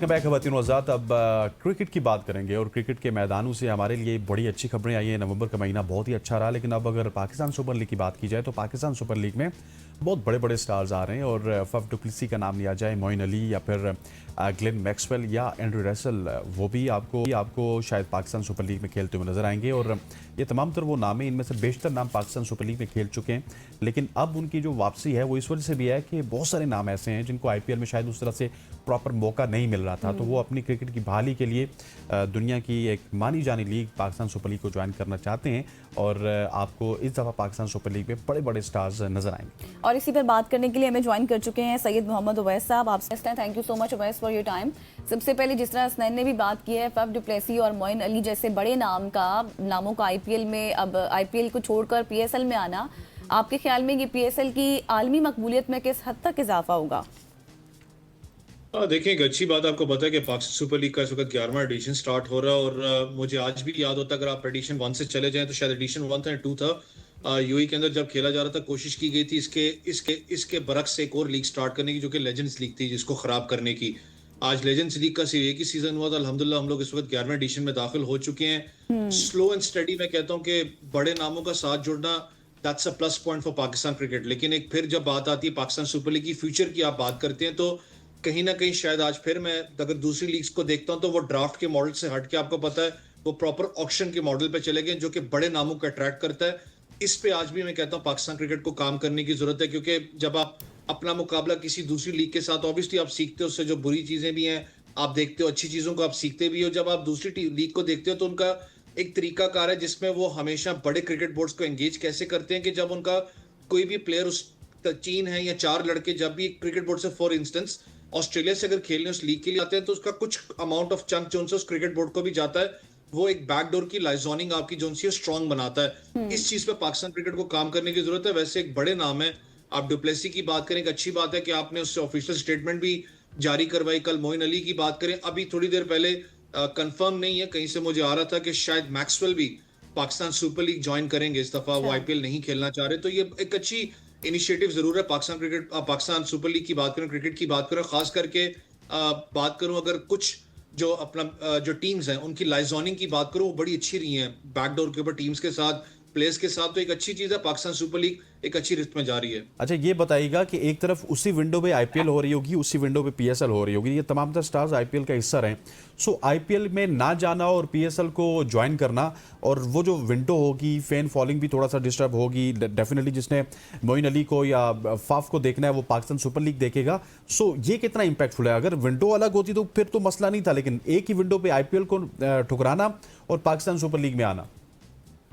देखिए, ये मैंने कहा ना, एक पॉजिटिविटी भी आपको पता है स्नैन भी, अगर थोड़ा सा आईपीएल के अंदर आप चले जाएं तो ये आप भी खुद भी फॉलो करते रहे, क्योंकि क्रिकेट को आप खुद भी करते हैं काफी। चाहे डुप्लेसी नहीं चले, अगर थोड़े से प्लेयर्स की बात करूं, मैं मिचेल स्टार्क की बात करूं, पैट कमिंस की बात करूं, उसके अलावा आई गेस एक दो इंग्लैंड के प्लेयर्स भी थे, आर्चर भी थे शायद, उन्होंने, या स्टोक्स की बात करूं, मुझे याद है स्टोक्स ने बाकायदा ब्रेक ली थी आईपीएल से, क्योंकि इतना लंबा सीजन होता है। अगर मैं खुद भी आईपीएल की बात करूं, मैं बोर हो चुका हूं, क्योंकि बहुत ज्यादा मैचेस हैं, 1.5 महीना या सवा आप कर लेंगे, 1.5-2 महीने के लिए आईपीएल चलती है, बहुत लंबे टेन्योर के मैचेस होते हैं। जितना आपको पता है कि इस वक्त लॉबिंग वाला सिस्टम भी आईपीएल के अंदर हो चुका है, बहुत सी चीजें आपके अगेंस्ट जाती हैं जब आप ऐसा क्रिकेटर वहां पर खेलते हो, आपके वो एक नेचुरल प्रोसेस को वो चैलेंज भी करती है, और वो बहुत सारी चीजें पूरी दुनिया के सामने आ भी गई हैं। तो लोग अब कोशिश करते हैं कि नहीं यार, let's go to different part. Pakistan super league ने जिस तरीके से 10 एडिशंस के अंदर अपना लोहा मनवाया, हमेशा जब भी किसी, मैं खुद भी टीम का हिस्सा रहा हूं, जब भी किसी आप टीम प्लेयर से बात करो तो वो एक ही बात करता है कि यहाँ पर क्वालिटी फास्ट बॉलिंग लाइनअप आपको नजर आती है टेस्ट करते हुए, जो कि शायद किसी और लीग में इतनी ज्यादा में नजर नहीं आती। मैं पेस बैटरी की बात कर रहा हूँ। उसके बाद 1 महीने का एडिशन होता है, ज्यादा मुकाबले, आपको पता है एंटरटेनमेंट भी बहुत ज्यादा पाकिस्तान सुपर लीग के अंदर हुई है। व्यूवर्स की बात करें, चाहे आप इस वक्त पूरी दुनिया के अंदर आप ऑनलाइन व्यूवरशिप की बात करें, उसने टफ टाइम दिया बड़ी से बड़ी लीग को, पाकिस्तान सुपर लीग ने, तो ये भी एक प्लस पॉइंट आपके लिए होता है। जो दूसरी आपने विंडो की बात की है, देखें, जो आईपीएल देखेगा एक प्लेयर, किसी भी प्लेयर के लिए, क्योंकि फैन फॉलोइंग होती है, उसको वो देखता है, लेकिन जिसकी फैन फॉलोइंग मोइन अली के लिए है, डुप्लेसी के लिए है, या जैसे मैंने मैक्सवेल की बात की है, बड़ी साइनिंग्स हैं। अगर पाकिस्तान सुपर लीग इसको कामयाब होता है मैक्सवेल को भी साइन करने में, तो एक बहुत बड़ा एक ब्रेक थ्रू होगा पाकिस्तान के लिए। मुझे आज भी याद है कि एक सजेशन जरूर लीग टीम्स ने पाकिस्तान क्रिकेट बोर्ड को दी थी कि एक प्लेयर जो होगा उसको आप डायरेक्ट साइनिंग की इजाजत दे दें, कि वो पाकिस्तान सुपर लीग की जो टीम है और उस प्लेयर के माबैन जो भी साइनिंग होती है वो उनकी डायरेक्ट साइनिंग होगी। उससे फायदा क्या होगा कि आप बड़े से बड़ा नाम अट्रैक्ट कर सकते थे। आई गेस उसमें कोई डेडलॉक बरकरार था, अल्लाह करे कि वो हल हो चुका हुआ यहाँ पर, लेकिन ये बड़ी न्यूज है जिसमें आप डुप्लेसी की बात करें, आपने अवैस की बात की ना, एक बहुत बड़ा ब्रेक थ्रू होगा यकीनी तौर पर, लेकिन सोशल मीडिया की अगर बात करें तो वहां पर एक चीज ये भी सामने आ रही है कि फफ और मोइन अली जो है ये बूढ़े और रिटायर्ड हो चुके हैं। तो इस हवाले से फिर आप इस तासुर को कैसे देखते हैं? आपको लगता है फिर इस तरह से जब बयानात सामने आने लग जाए तो वो वैल्यू ऐड कर सकते हैं? देखिए, बयानात तो आपको पता आते हैं, महेंद्र सिंह धोनी भी तो बूढ़े हो चुके हैं, मैं कोई क्रेडिट नहीं ले रहा हूँ, one of the best captain in the world Mahendra Singh Dhoni, जिस तरीके से उसने परफॉर्म किया सारी चीजें, लेकिन वो भी तो बूढ़ा हो चुका हुआ है, वो भी तो अभी भी आईपीएल खेल रहा है, और I guess one of the most अपना इस वक्त वो ज्यादा एज के प्लेयर होंगे जो कि आईपीएल को रिप्रेजेंट करेंगे। इससे पहले ब्रेट हॉक थे जिसने रिप्रेजेंट किया था, बूढ़ा हो गया, ये हो गया। अभी भी अगर आप ये T10 उठा के देख लें जो भी खत्म हुई है, उसके अंदर भी इनके रिटायर्ड प्लेयर्स खेल रहे थे, जिसमें हरभजन सिंह भी खेल रहा था। तो प्लेयर जो उनसे है वो ऑब्वियसली जब तक उसकी अपना, आपको पता है कि रिदम चल रहा है। डुप्लेसी की बात करें, पूरी दुनिया के अंदर लीग क्रिकेट तो खेलता ही है। मोइन अली की बात करें, वो 100 भी खेल रहा है, काउंटी सर्किट भी खेल रहा है, और कंसेक्यूटिवली भी खेल रहा है। जब तक वो आईपीएल के अंदर रहे वो बूढ़े नहीं थे। जब आईपीएल से वो निकले तो लोगों ने स्टार्ट कर दिया, हाँ जी वो बूढ़े हो चुके हैं, उनको कोई पिक नहीं करना चाह रहा, तो इसलिए जी वो अपना पाकिस्तान सुपर लीग के लिए आ रहे हैं। तो उनको याद एक रखना पड़ेगा, जब सीएसके की बात करता हूं, चेन्नई सुपर किंग्स की, तो du Plessis one of the most demanding player था आईपीएल का। बहुत कंसेक्यूटिव साल रहा है, कोई ये नहीं कि हालिया आप कहें कि 2-3 साल, बहुत ज्यादा अरसा रहा है वो। तो वो प्लेयर तब तक इनके लिए बूढ़ा नहीं था, हाँ उसने छोड़ दिया तो अब उनके लिए बूढ़ा हो गया। और ये ऐसे भी करते हैं डुप्लेसी की, जो मैंने आपसे बात की ना कि पाकिस्तान क्रिकेट बोर्ड को इसके अंदर लॉबिंग के अंदर स्ट्रांग होना पड़ेगा। जो प्लेयर इनको खैराबाद कहता है उसको ये बैकएंड के ऊपर बिल्कुल ताला लगाते हैं पूरी दुनिया लीग के अंदर के। आप मैनेजमेंट की बात करें इस वक्त, चाहे साउथ अफ्रीका के अंदर लीग हो रही हो क्योंकि वहां पर इनका स्टेक बहुत ज्यादा है, ILT20 के अंदर आप देख लें इनका स्टेक बहुत ज्यादा, सिवाय डेजर्ट वाइपर्स को छोड़ के। उसके अलावा देखें कोई भी प्लेयर पाकिस्तानी किसी टीम में नहीं खेल रहा। ये बैकएंड पे प्लेयर्स क्या यहाँ तक मैनेजमेंट को भी ब्लैकमेल करते हैं कि जी अगर आप PSL में खेलने चले गए या कोई भी लीग होती है पाकिस्तान के अंदर, तो हम आपका जो कॉन्ट्रैक्ट है वो रीवॉक करेंगे, शायद आपको अगले दफा हम आपको मौका भी ना दें अपनी टीम के लिए खेलने का या टीम के लिए काम करने का। इतना साइकोलॉजिकल ये प्रेशराइज करते हैं प्लेयर्स को। तो एक अच्छी चीज है पाकिस्तान के लिए, एक डोरवे खुल रहा है, ज्यादा टीम्स हो चुकी हैं। अच्छी बात है कि वेन्यूज आप ज्यादा ओपन कर रहे हैं पाकिस्तान सुपर लीग के लिए, और अच्छी बात है कि आपके पास इस वक्त टीम्स ज्यादा आ रही हैं। बिल्कुल ऐसे। अच्छा वैसे मुझे ये बताइएगा कि आईपीएल के लिए कितना बड़ा चैलेंज होगा कि सेम विंडो पे, अब मुझे लगता है कि अगले 2-3 साल तो शायद आपको पीएसएल होते हुए नजर आए, क्योंकि जिस तरह के इवेंट्स वो रख रहे हैं ना, वो पीएसएल की विंडो पे कोई ना कोई वर्ल्ड कप रख देते हैं, तो हमें मजबूरन आईपीएल की विंडो पे जाना पड़ता है। बहुत सारे ऐसे सुपरस्टार्स हैं जो आईपीएल खेल रहे हैं लेकिन उनको प्रॉपर वहां पे मौका नहीं मिल रहा। सो उनके लिए भी होगा यार कि एक तो 2 महीने की लीग है, ऊपर से हम बैठ बैठ के रस्टी हो जाते हैं। सो वाई नॉट कि हम थोड़े पैसों में पीएसएल खेल लें, वहां पे कैपेबिलिटीज भी थोड़ी सी हमारी इनहेंस होंगी और क्रिकेट भी अच्छी मिलेगी। अब आपने एक हसनैन भाई बात की, जिस वक्त आपने ये विंडो की बात की, क्योंकि आप एक बयान आपको पता है हमेशा आया वहां से बीसीसीआई की तरफ से कि जी हम पाकिस्तान क्रिकेट को आइसोलेट करेंगे, और वो पूरी कोशिश करते हैं मैनिपुलेट करने की। जैसे आपने राइटली पॉइंट आउट किया कि उन विंडोज के अंदर जानबूझ के बड़े टूर्नामेंट्स रख देते हैं जब पाकिस्तान सुपर लीग होती है। मुझे आज भी याद है जिस वक्त पाकिस्तान सुपर लीग का एडिशन स्टार्ट होने वाला था, बहुत सी बातें की गई कि नहीं जी अपना ये टूर्नामेंट स्टार्ट हो रहा है, वो टूर्नामेंट स्टार्ट हो रहा है। सबसे बड़ा जो चैलेंज होता है जब आईपीएल होता है दुनिया क्रिकेट के लिए, आपने देखा होगा कि पूरी दुनिया क्रिकेट की क्रिकेट होल्ड पे आ जाती है, कोई क्रिकेट की सीरीज भी नहीं हो रही होती। वो भी एक लॉस होता है क्रिकेट बोर्ड्स को। बहुत देर से उनको समझ में आई कि यार ये आखिर हो क्या रहा है, हमारे प्लेयर्स नेशनल ड्यूटी को छोड़ के जाके आईपीएल खेलने पे ज्यादा तरजीह देते हैं। तब जाके कुछ क्रिकेट बोर्ड्स ने, आपको याद हो, प्लेयर्स के ऊपर एक्शन भी लेना स्टार्ट कर दिया था। क्रिकेट बोर्ड ने फिर जाके देर है पर दुरुस्त है, उनको समझ में भी है कि नहीं यार हम गलत कर रहे हैं अपने मुल्क के लिए, जिसको रिप्रेजेंट किया है वो पहले हमारे लिए ज्यादा मायने रखता है। आईपीएल की विंडो या पीएसएल की विंडो के अंदर आप देखें तो एक चीज तो मुझे पता है कि चैलेंज सबसे बड़ा जो आप जब एक व्यूअरशिप देखता है वो व्यूअर्स का चैलेंज होता है, जो कि पाकिस्तान सुपर लीग ने व्यूअरशिप अपनी बहुत जबरदस्त की थी इस पूरे साल के अंदर। प्लेटफॉर्म में बात करें, प्लेयर्स मुझे पता है उनके पास बड़े जरूर मौजूद हैं, वहां पर रेवेन्यू ज्यादा है, पैसों की जनरेशन ज्यादा है, लेकिन वो जो 2 महीने का जो आइसोलेशन पीरियड होता है, वो कोई भी प्लेयर जितना बड़ा भी प्लेयर क्यों ना हो, या चाहे वो अमाउंट को देख के क्यों ना वहां पर गया, जब वो बैठता है ना बेंच लाइनअप पे, कहते हैं हम अपनी आसान अल्फाज में कि उसको जंग लग जाता है, रस लग जाता है। वो कहता है यार मैं खेल नहीं रहा, मेरी जो मैच फिटनेस है, मेरी जो मैच की एक रिदम बना वो सारा टूट चुका हुआ है, मैं जाऊं कहां पर। सबसे बड़ा एग्जांपल आपको कॉर्बिन बॉश का होगा, आपको याद हो उसने पेशावर के लिए पिक हुआ था, वहां जाके उसने पिक हुआ आईपीएल के लिए, वहां पर चले गए, उनको पूरा सीजन नहीं खिलाया गया था। और मुझे याद है कि साउथ अफ्रीका क्रिकेट बोर्ड से बहुत सी बातें निकल रही थी कि भाई वो बहुत ज्यादा रस्टी हो चुका हुआ है, उसको नहीं खिलाया जा रहा, उस पर क्रिटिसिज्म बहुत ज्यादा सोशल मीडिया पे स्टार्ट हो गया था। ये बहुत सी चीजें प्लेयर्स अब दिन में रखते हैं कि यार ठीक है एक शॉर्ट टर्म के लिए हम जाएं खेल लें, हमें बिल्कुल। अब देखना ये है कि किस तरह से मजीद मजीद इसमें बेहतरी हो सकती है। Thank you so much Syed Mohammad Owais sahab हमारे साथ में, और हम स्पोर्ट्स पर बात कर रहे थे, पीएसएल पर बात कर रहे थे, आईपीएल पर बात कर रहे थे कि अब मजीद आगे क्या कुछ होगा, जो जो बेहतरी होगी हम उसके ऊपर मजीद डिस्कशन भी जारी रखेंगे। यहाँ पर लेंगे एक शॉर्ट सी ब्रेक, वापस आएंगे, स्टे विद अस।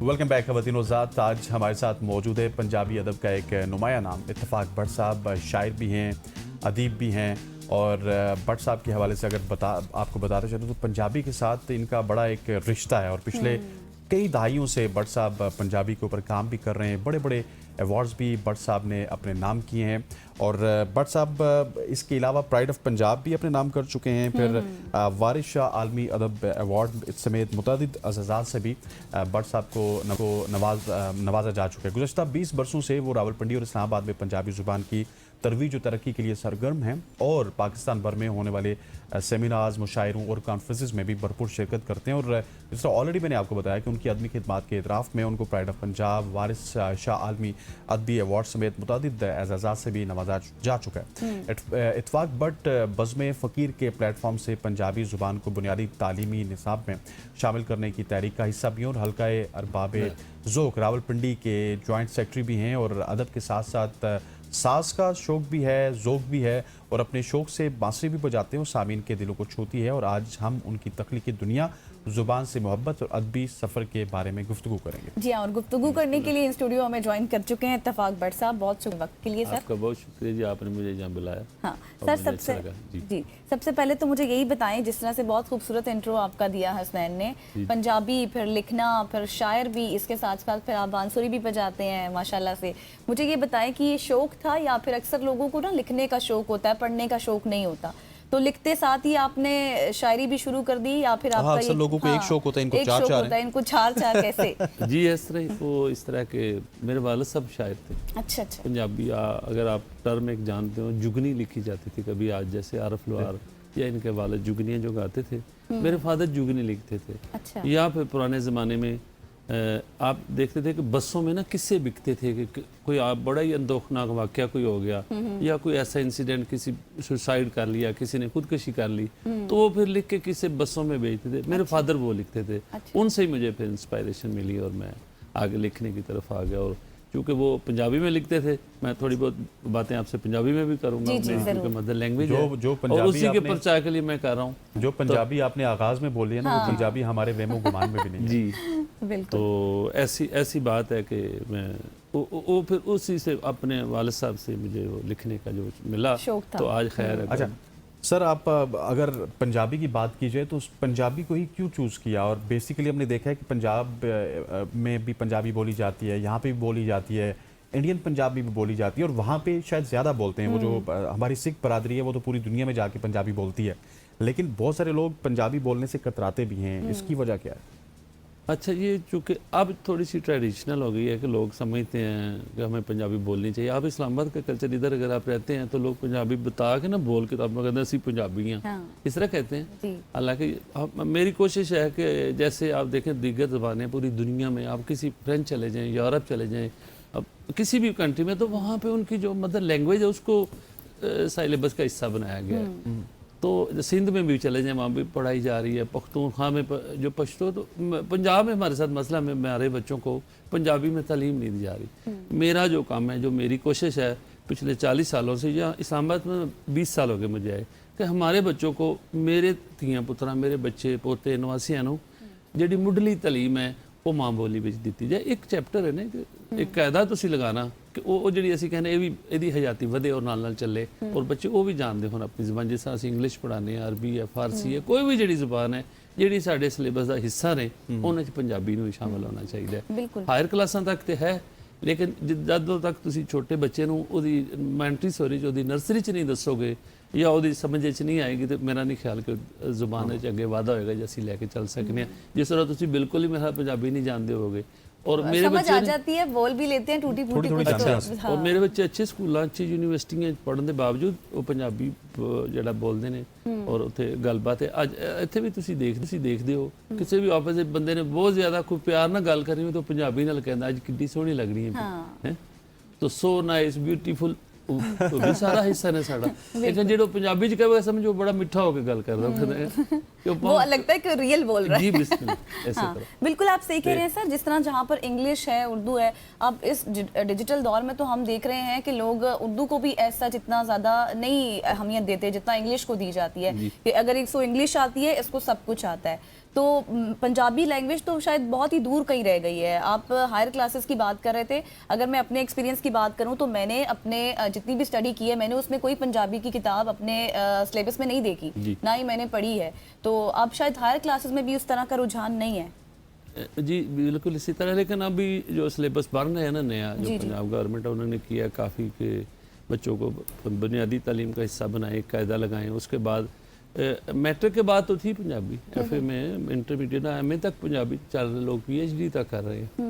लेकिन जब आप जड़ों में नहीं है, मेरी बुनियाद में नहीं है पंजाबी, वहाँ से पढ़ के नहीं है, तो आगे मेरे लिए ज़रा मुश्किल हो जाती है। मैं एक मिसाल देना चाहता हूँ। एक बच्चा होता है ना छोटा, घर में पैदा होता है, तो आप वो बिल्कुल ही अभी तो बेचारा दूध ही पी रहा होता है, तो थोड़ा सा ऊँ करता है ना रोना, तो माँ कहती बेटा ठहर में तेन देनी है, पता लग, माँ को समझ आती है कि दूध मांग रहा है इसने, तो वो उससे, हालांकि बच्चा सुन नहीं रहा होता, उसके बाद थोड़ा वो क्रोलिंग पे आ जाता है। फिर भी उसको पता होता है कि उसको वे चुरी ना फड़ी, वे अग वाल नहीं जाना, वे चूल्हे च ना जाना, मतलब वो या स्विच नु हाथ ना ला देंगे। तो इस तरह वो माँ के साथ वो हम कलाम रहता है, चलना शुरू हो जाता है। थोड़ा सा बड़ा हो गया, फिर वो देखती बाहर ना निकले, मोटरसाइकिल ना आ जाए, सीढ़ियाँ ना चढ़े, तो वो माँ के साथ एक उसका एक अटैचमेंट हो जाता है। अच्छा, माँ इस तरह कह रही है, लेकिन जब वो बच्चा 5 साल का 6 साल का स्कूल में जाता है, आप जैसी टीचर होती है, मैं कहती बेटे सीधे खड़े हो जाओ, टाई सीधी करो, तुम्हारे शूज क्यों गंदे हैं, तो वो चीज़ें उसके लिए बिल्कुल नहीं होती। वो कहता है ये क्या है, वो घर कुछ और कहती थी, पुत्र चोरी ना फड़ी, फड़ी कुछ हो रहा है, अगल ना जाए, स्विच हाथ नहीं देना,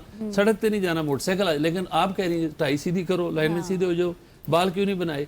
तो वो बच्चे वैसे नई चीज़ होती है। अगर मैं कहता हूँ एक कायदा, अगर उसी एज में जब वो स्कूल आता है उसको एक टीचर ऐसी भी हो, हाँ पुत्र तेरी अम्मा ना की हाल है, तेरा अबू की करदा है, तो मतलब वो वो हम कहते हैं वो थोड़ा रिवाइज होती रहेंगी। अच्छा, ये मुझे बढ़ता बट साहब ये भी बताइएगा कि ये आपने स्टार्ट में कहा ना कि आप लोगों को पंजाबी नहीं आती होगी। अब मेरी जो मदर टंग है वो मुझे आती है, लेकिन क्या पंजाबी में मेरे लिए ज़रूरी है कि मैं पंजाब में रहता हूँ तो मुझे पंजाबी भी आनी चाहिए, या मुझे पहाड़ी आती है तो पहाड़ी is good enough for me? नहीं, सारी ज़बानें आनी चाहिए। कोई भी है, आप कोई भी बोलते हैं, हम तो सब ज़बानों का आदर करते हैं, उनकी कदर करते हैं। आप मदर लैंग्वेज के तौर पे बोले, आप पंजाब में जितने पठान है सारे पंजाबी बोलते हैं, जितने लोग वहाँ पे रहते हैं, चाहे जैसी भी बोले, लेकिन आपस में भी अब तो यूं आ गया है कि वो आपस में भी कहते हैं तू इतने जा, तू इधर गो के उनका एक्सेंट दूसरा जरा पश्तो वाला है, लेकिन वो पंजाबी में बात करते हैं। समझ आया, हमसे ज़्यादा वो अब जानने लग गए हैं कि प्यो दादा की कहते सन या अज दी जी साड़ी रवायतां ने वो किस तरह चल रही हैं।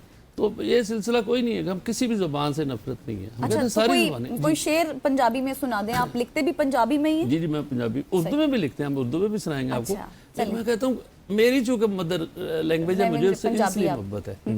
बुल्ले शाह की ज़ुबान पंजाबी थी, वारिस शाह की और शाह हुसैन की, और जितने मतलब उनके साथ हमारी मोहब्बत है, उनसे प्यार है। सूफी लोग थे, उन्होंने तबलीग भी की, अशात भी की, सब कुछ किया, और लेकिन उन्होंने ज़ुबान ये बरती। इसलिए कुछ शेर सुना दे जिस तरह गजल के। जी, मैं बिस्मिल्लाह आपको, आप चूँकि मैं समझता हूँ कि आपने सवाल नहीं किया, लेकिन मैं बताता हूँ कल्चर जो हमारा किस तरह डेवलप होता है, हम कैसे, ये मैं इसको लेके कैसे चल रहा हूँ। तो माँ एक ऐसी, हमारे पास एक ऐसी एकेडमी होती है जो मेरे कल्चर को आगे बढ़ाती है, मेरी ज़ुबान को भी, मेरी तरबियत भी, और मेरा सारा कुछ।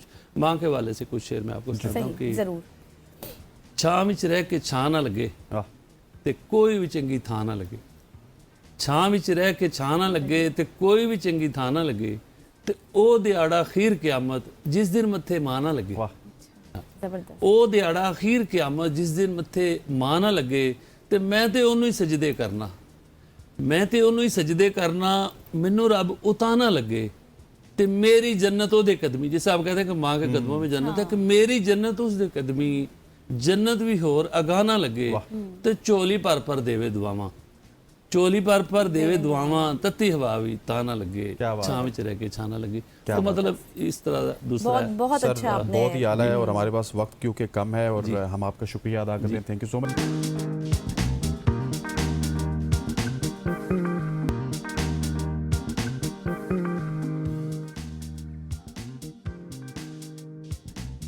एक बहुत ही ज़बरदस्त सेगमेंट, पहले तो आपने बांसुरी सुनी किस तरह से वो बजा रहे थे, और बहुत खूबसूरत, और अब भी बहुत खूबसूरत सेगमेंट है, क्योंकि वज़न कम करने की दवाई ओज़ेम्पिक दुनिया भर में तेज़ी से मकबूल हो रही है, लेकिन इसके साथ ही अफवाहों और ड्राउनी खबरों का सैलाब भी आ गया है।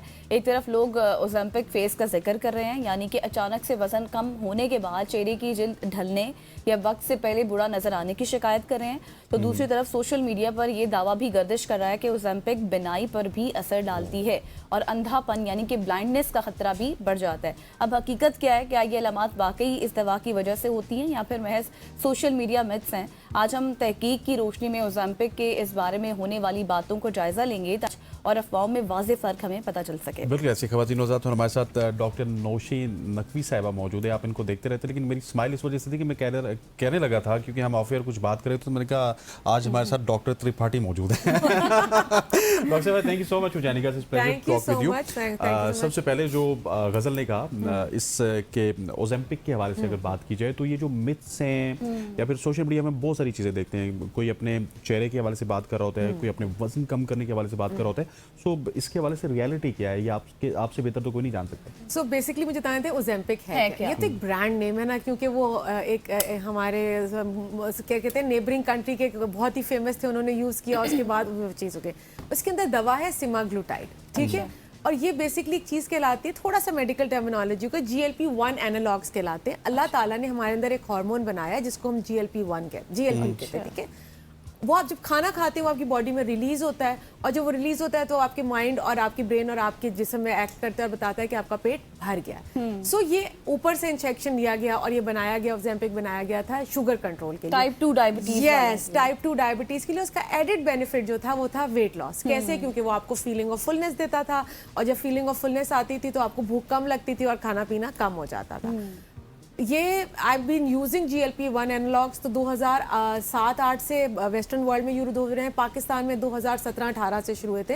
And I used it on my father also, Allah उन्हें जन्नत नसीब करे, उनका भी शुगर थी और वजन का इशू था, तो उस टाइम पे जो पहला फॉर्म आई थी हमने उसे यूज़ किया था। अच्छा। बात करने का मकसद ये है क्योंकि इतनी गर्दिश हो रही है, सब कुछ हो रहा है, क्योंकि मैं फ्रीक्वेंटली ये चीज़ें यूज़ करती हूँ, मैं न्यूट्रिशनिस्ट हूँ, डॉक्टर हूँ, एस्थेटिक फिजिशियन हूँ, तो मेरे पास ये सारी चीज़ें होती हैं। बताने का मकसद ये है, सबसे पहली चीज़ आपको ज़रूरत है या नहीं ये आपने अपने डॉक्टर से पूछना है।